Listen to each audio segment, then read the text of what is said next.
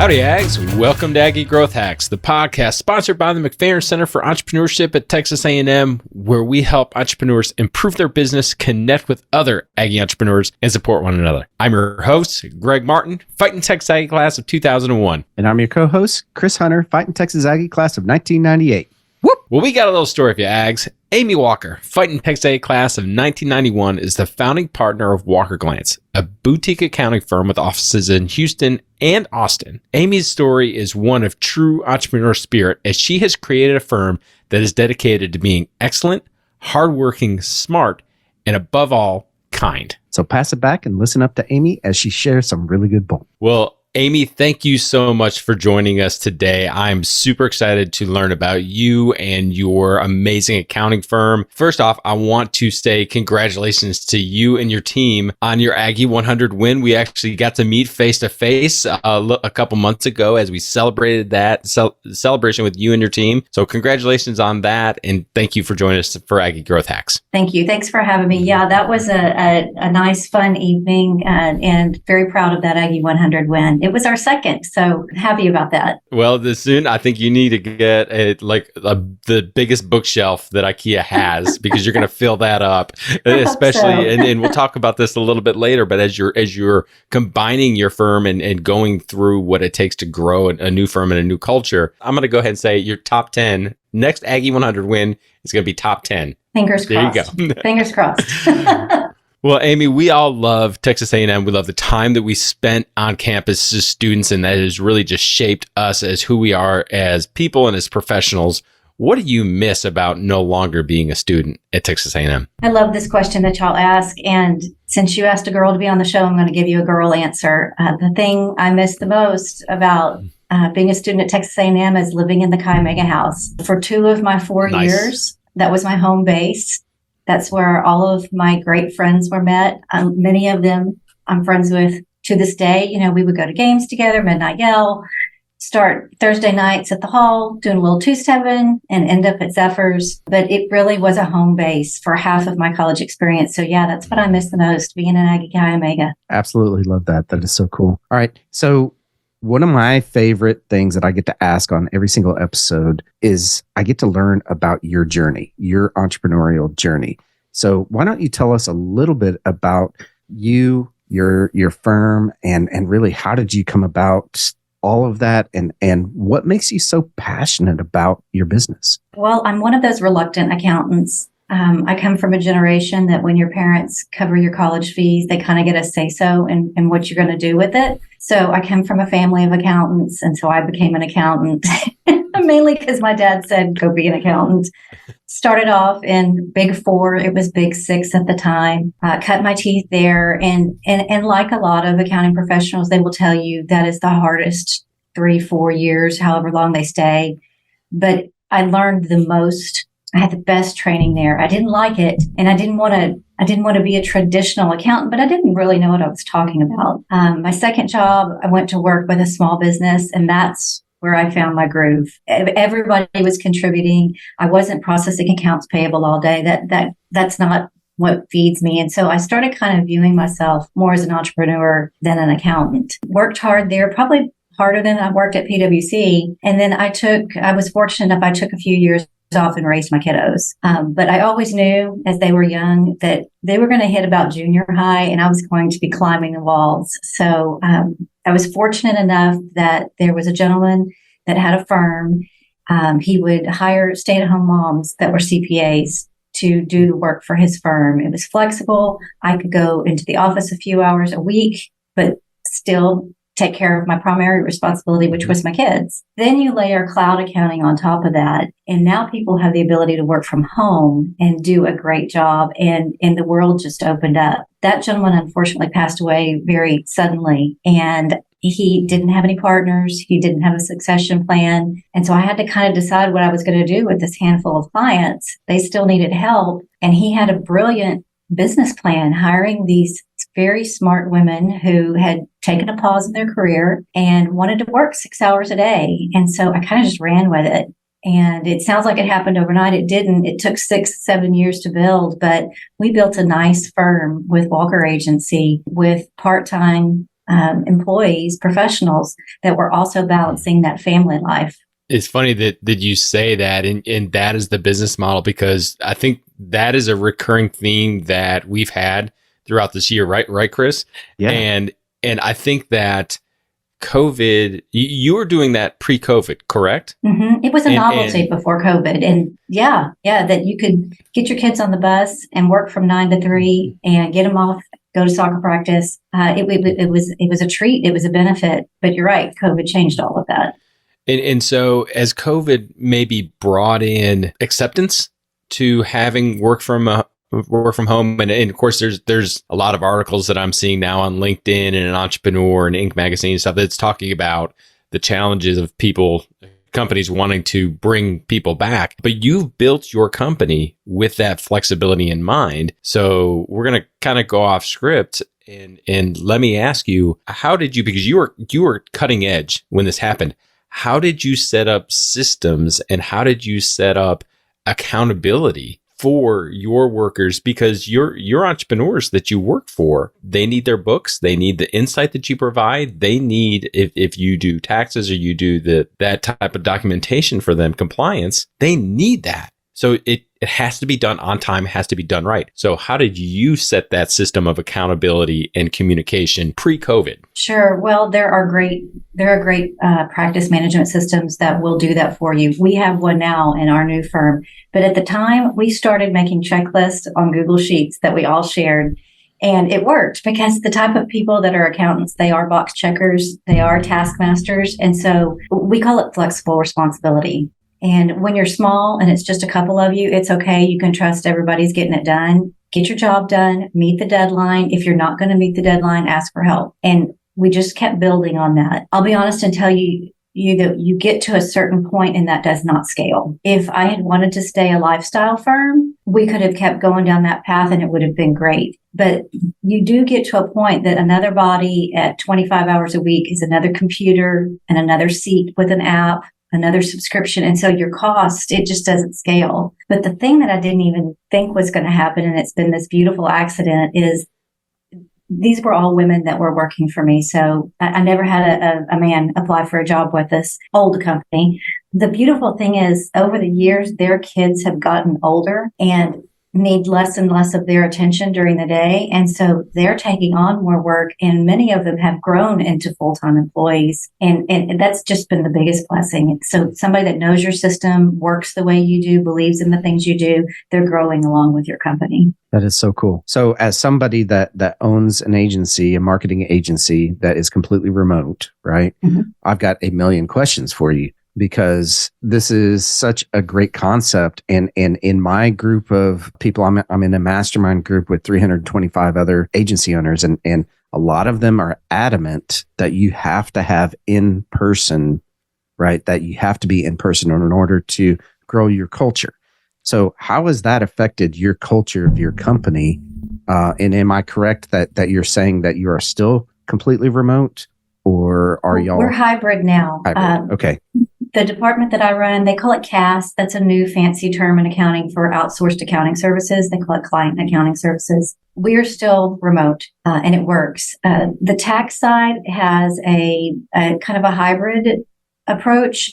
Tax is a different beast, and it's still, it usually attracts a younger professional because they can work the busy seasons. So they need the training. They need to be together. And so being physically together keeps everybody hitting a tight deadline, and you also learn faster that way.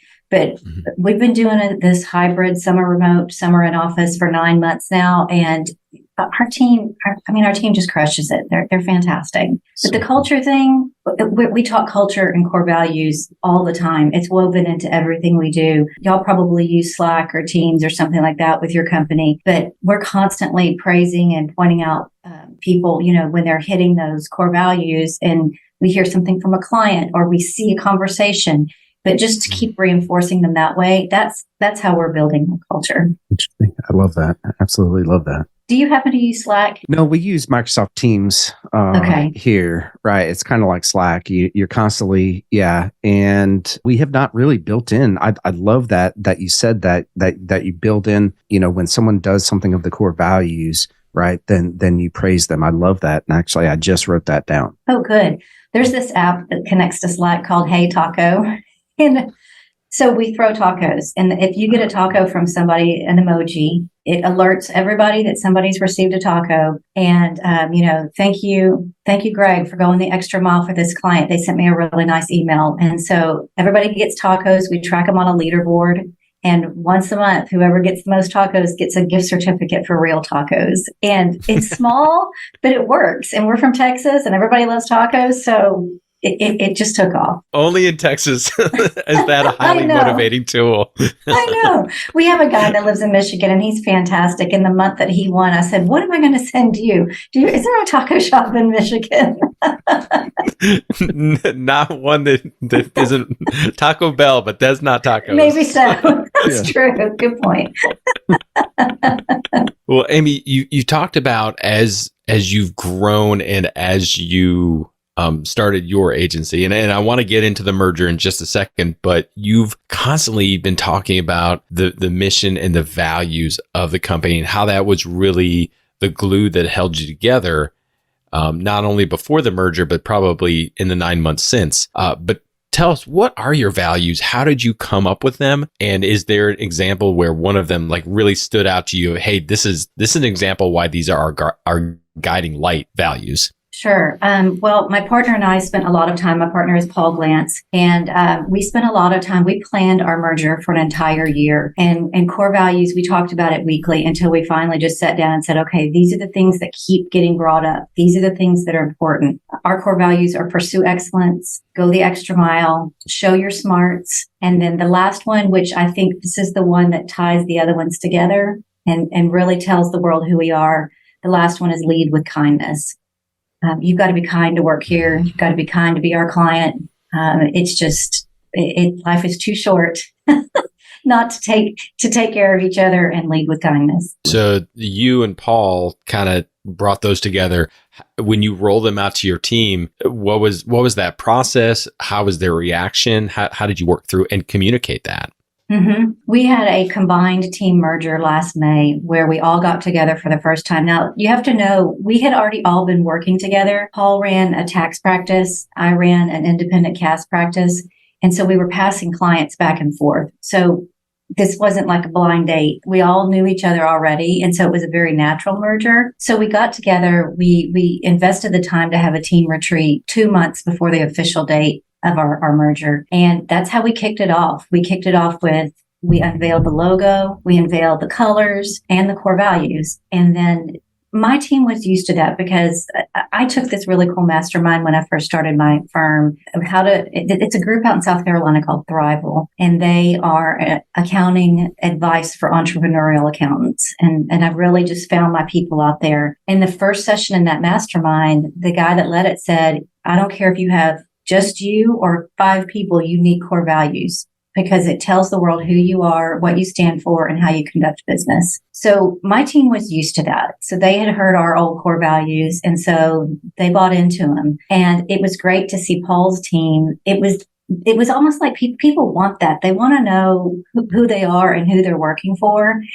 defined. And so it was just real natural. And then, as we said earlier, we just reinforce them with every decision we make, hiring, firing, taking on a new client. We have on Monday, we have a huddle every Monday with everybody in the company. And we have a section called the Mega Taco Platter section, like people that have really celebrating people that have done really great things with our core values. So yeah, we just talk about them all the time and it's easy. It becomes your guidepost. Love that.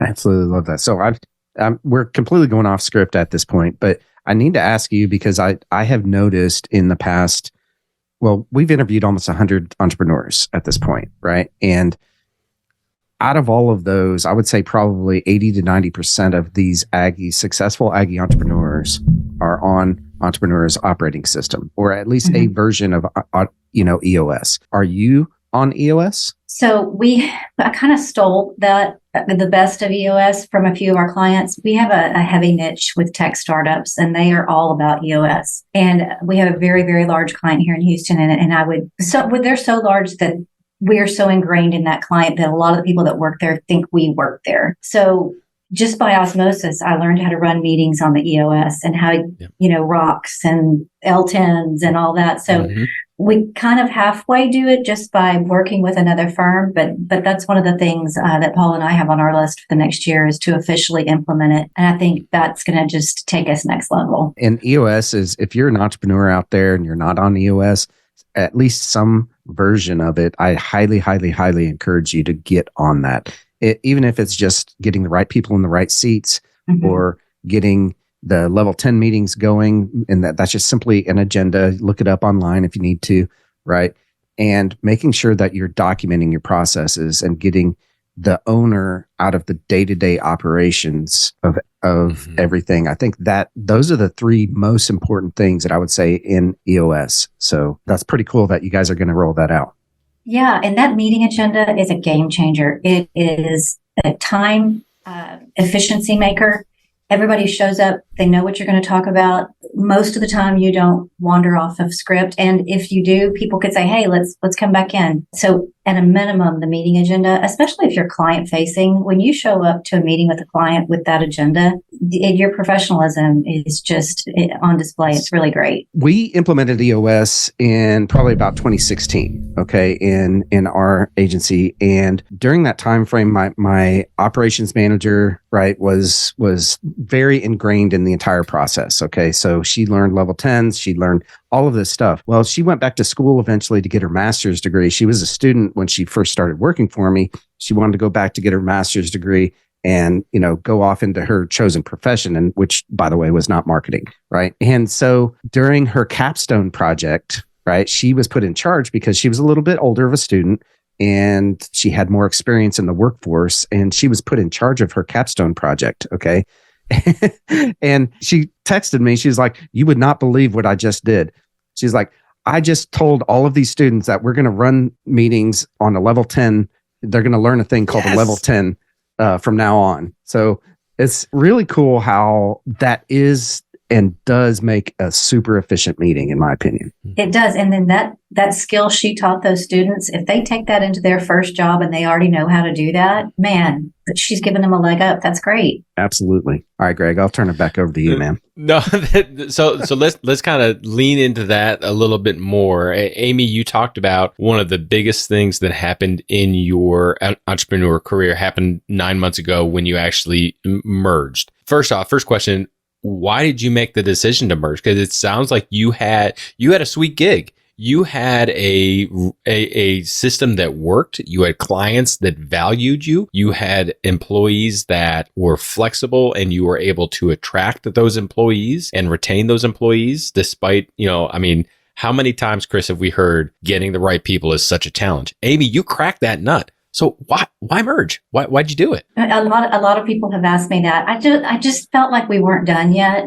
I knew as an accounting firm, I needed to add tax to my service offerings. I am not a tax person. I shared with you briefly that I've prepared them, but they bring me no joy. I get nervous around them because I feel like I don't know enough. So I knew I needed to bring that in, but I needed to trust the person that was doing it because I wouldn't be able to know if it was right or wrong and if it was a quality service offering. I had a chance to be on an accountant's council with Intuit, the people who make QuickBooks. And the first day they set me next to who is now my business partner and said, hey, you two are Texans. Y'all need to sit together and get to know each other. And then he started talking with this thick Massachusetts accent. And I was like, wait, 1 and 1 do not equal 2 here. He's not from Texas.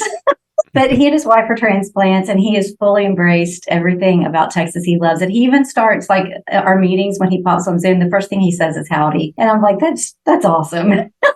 So we got to know each other and started sharing clients. And I could see very quickly that he approached his client work the same way we did, with very much with care, with white glove, with I'm going to take care of this client. I'm going to look for extra ways we can help them. And then he's smart as a whip. So he and his team are just really smart tax professionals. So it fit that hole that I had. If I wanted to grow more, I needed to add tax. Lo and behold, he had the same situation with the servicings that we offer.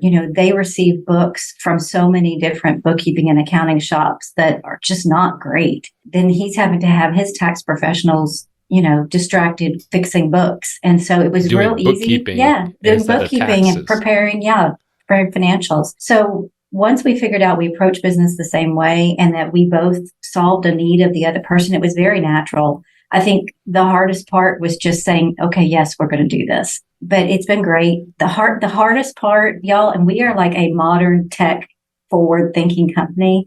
The hardest part was merging our tech stacks. We planned this merger for a year, and the month of July was spent, okay, how do I log into this? And who needs access to that? Just stuff you couldn't do until the day of. After that, it's just been smooth sailing. It was a good decision.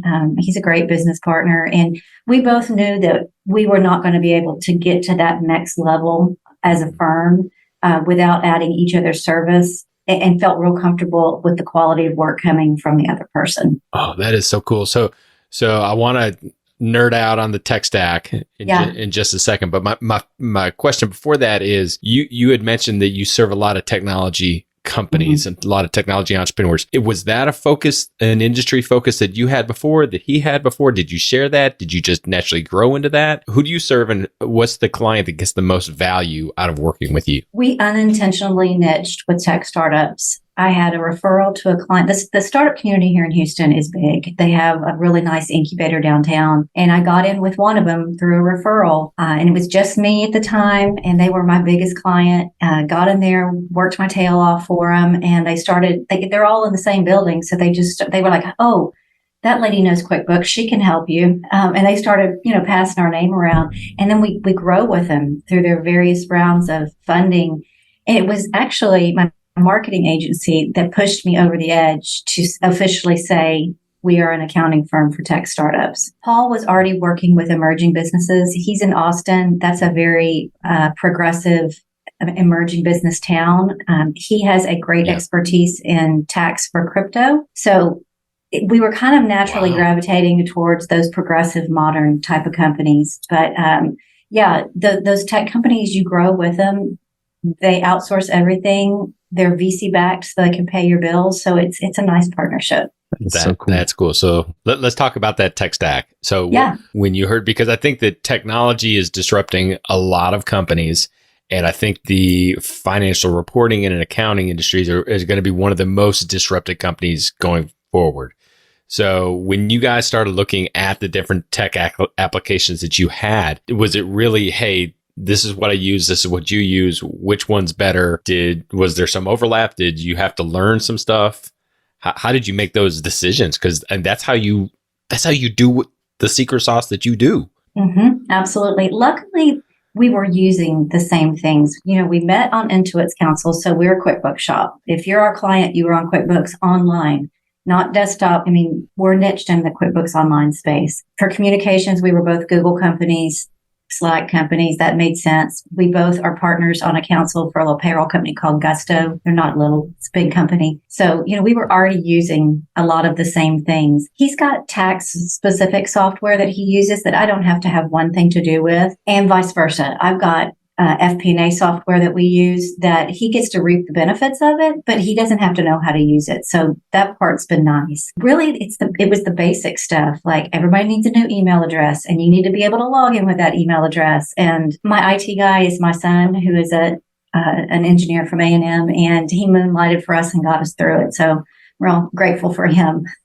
Absolutely love that. So, all right, we've talked about core values. We've talked about all sorts of things, but here's the biggest question of them all, right? What is your big, hairy, audacious goal? What is your 5 to 10 year moonshot? I thought about this ahead of time, and I thought of what we want for our company is 5x in revenue.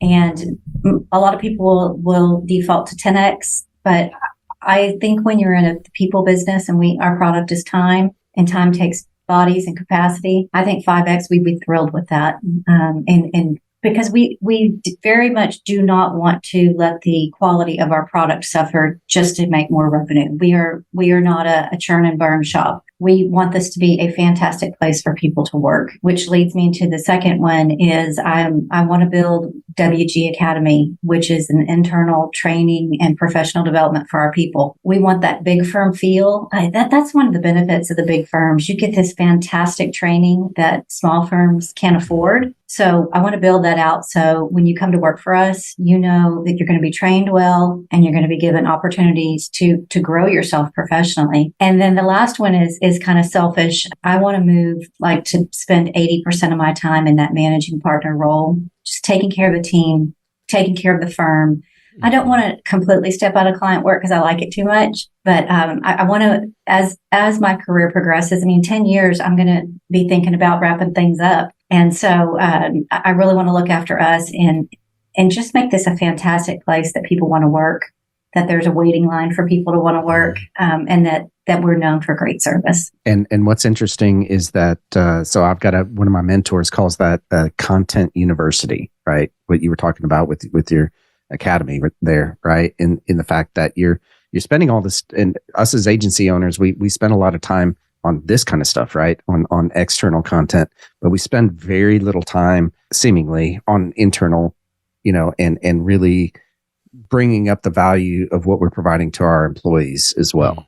So, that's one of my rocks for this next quarter is to start my content university. Yeah. Well, I want to talk to you about what you're using to do that. My love language is automation. So if we can make that efficient and get it automated where, it's easily accessible. So yeah, we'll have to visit offline about that.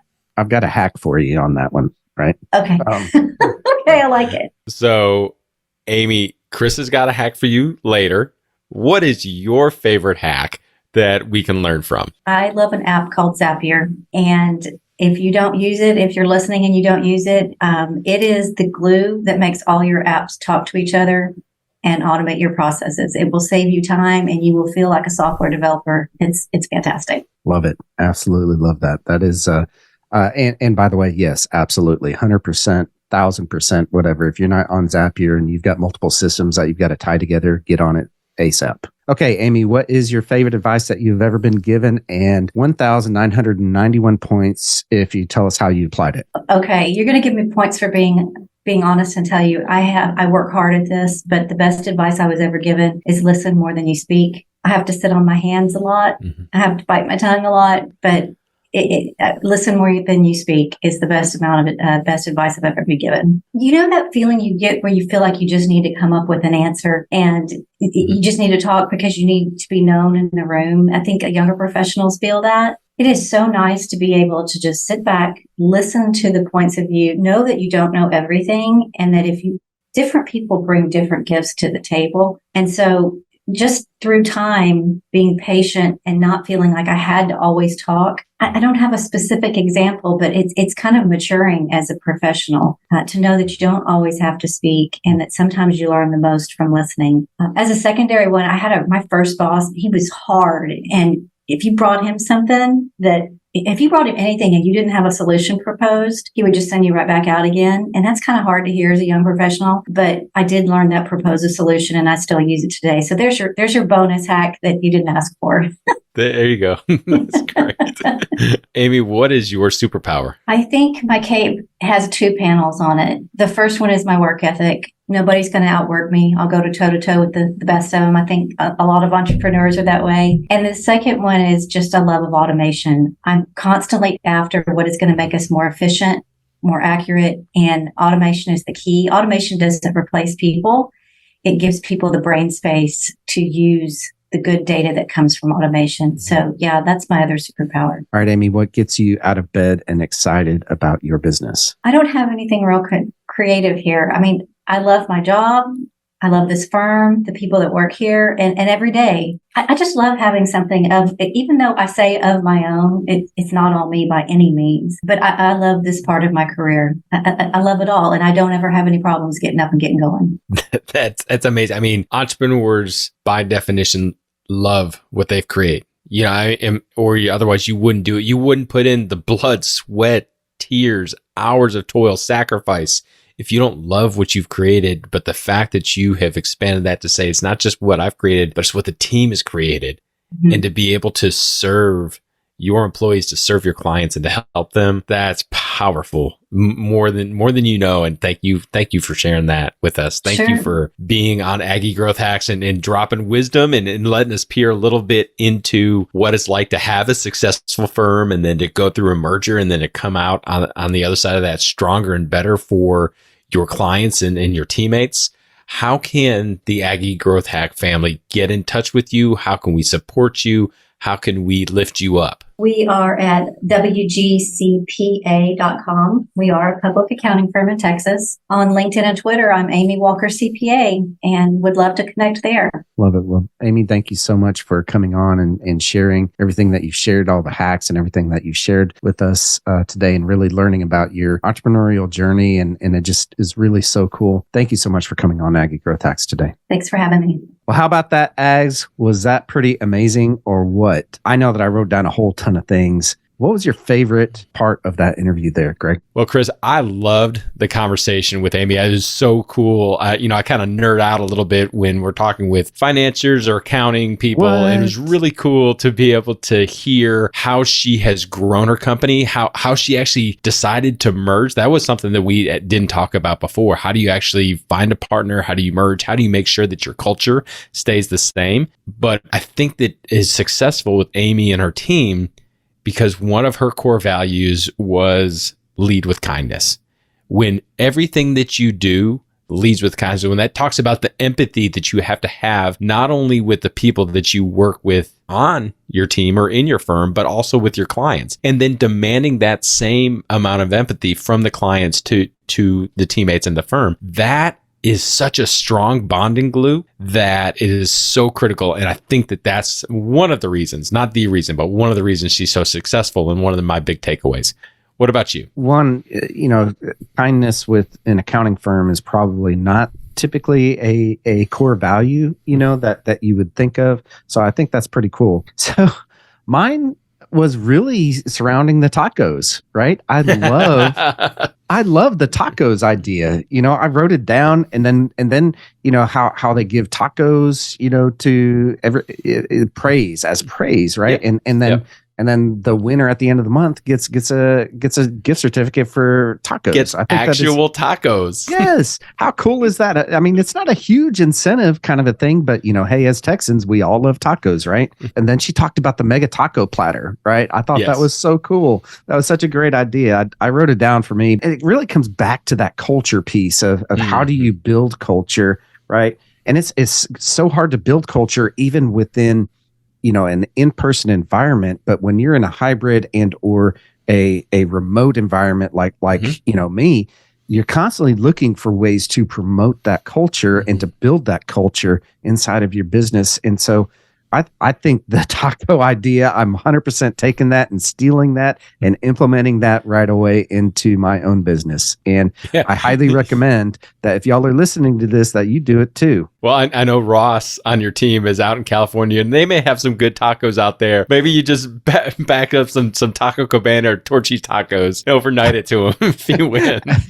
Absolutely. He might say, "Hey, I need to move to Texas." That's right. Well, come on, Ross. Let's go. That's right.